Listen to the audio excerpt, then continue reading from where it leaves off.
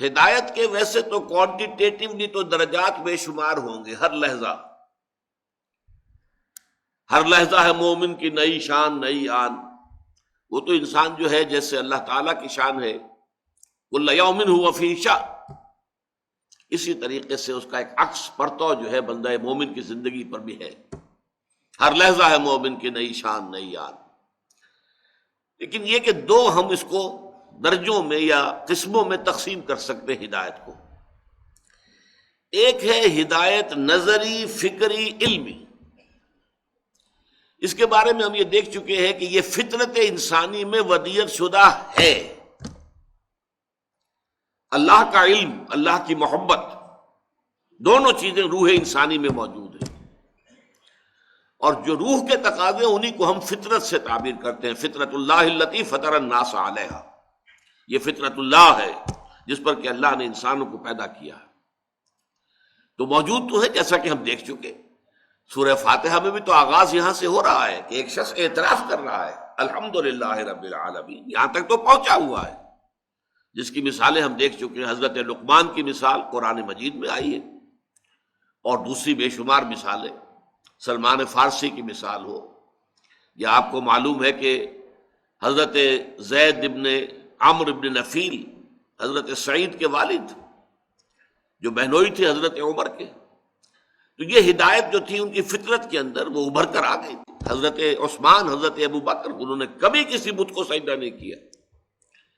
میں خاص طور پر نام نہیں لے رہا حضور کا صلی اللہ علیہ وسلم، کہ حضور کا معاملہ تو یہ ہے کہ وہ اللہ تعالیٰ کی خصوصی پروٹیکشن میں تھے، لیکن آپ کے اخلاق عالیہ پہلے سے موجود تھے، اور آپ نے توحید کامل آپ کے اندر موجود تھی. آپ نے کبھی بھی کسی بت کو سجدہ نہیں کیا. تو فطرت سلیمہ اور عقل سلیم، یہ دو الفاظ ہم نے بار بار استعمال کیے ہیں. ان سے انسان علمی نظری فکری ہدایت تک تو خود بھی پہنچ سکتا ہے، لیکن اس میں وحی کے ذریعے سے جو مزید ہدایت ملتی ہے، ایک تو یہ کہ اس کے اندر یقین کی گہرائی اور مزید ہو جاتی ہے، پختہ ہو جاتی ہے. یعنی یہ کہ انسان سوچتا ہے ہاں ایسا ہوگا، ہونا چاہیے، یہ بات تو یوں ہی ٹھیک بیٹھتی ہے، لیکن ایک ہے، ہوگا سے ہے تک ز عشق تاب صبوری ہزار فرسنگست، 1000 میل کا فاصلہ ہے. میں نے سادہ سی مثال پہلے بھی دی تھی کہ آپ سے بے شمار لوگ کہتے ہیں کہ چینی میٹھی ہوتی ہے، میٹھی ہوتی ہے، میٹھی ہوتی ہے، میٹھی ہوتی ہے. آپ نے نہیں چکھی آج تک. آپ کہیں گے بھائی میٹھی ہوگی، آخر اتنے لوگ مجھے کاہے کو دھوکہ دینا چاہیں گے، کیوں جھوٹ بولیں گے؟ گمان غالب ہے جب اتنے لوگ کہہ رہے ہیں کہ میٹھی ہوگی، میٹھی ہے تو میٹھی ہوگی. لیکن جب آپ چکھ لیتے ہیں تو آپ کہتے ہیں ہے میٹھی ہے. اس ہوگی سے ہے تک زمین و آسمان کا فرق واقع ہوتا ہے. تو وہ ایمان جو ہے کے درجے میں قائم ہوتا ہے، وہ وہی ہے آسمانی کے ذریعے سے. نمبر 2، اس میں تفاصیل جو ہیں، تفاصیل کا رنگ تو وہی کے ذریعے سے آیا. اللہ تعالیٰ کے اسماء، اللہ کی صفات، پھر ملائکہ کا وجود. ظاہر بات ہے کہ وہ ہمارے عقل کے ذریعے سے اس کی دریافت نہیں ہو سکتی تھی. پھر جو عالم آخرہ کے حقائق ہیں، جنت اور دوزخ ہیں، یہ ساری چیزیں جو ہے یہ تو در حقیقت وحی نبوت کے ذریعے سے انسان کو معلوم ہوتی ہے. اور اس میں جو عام لوگ ہیں دوسرے، جن کی فطرت سلیمہ اتنی بیدار اور سلیم نہیں ہوتی، اور جن کی عقل سلیم جو ہے وہ اتنی چاق و چوبند نہیں ہوتی، ان کے دلوں پر سے زنگ اتارنے کا کام وہی کرتی ہے.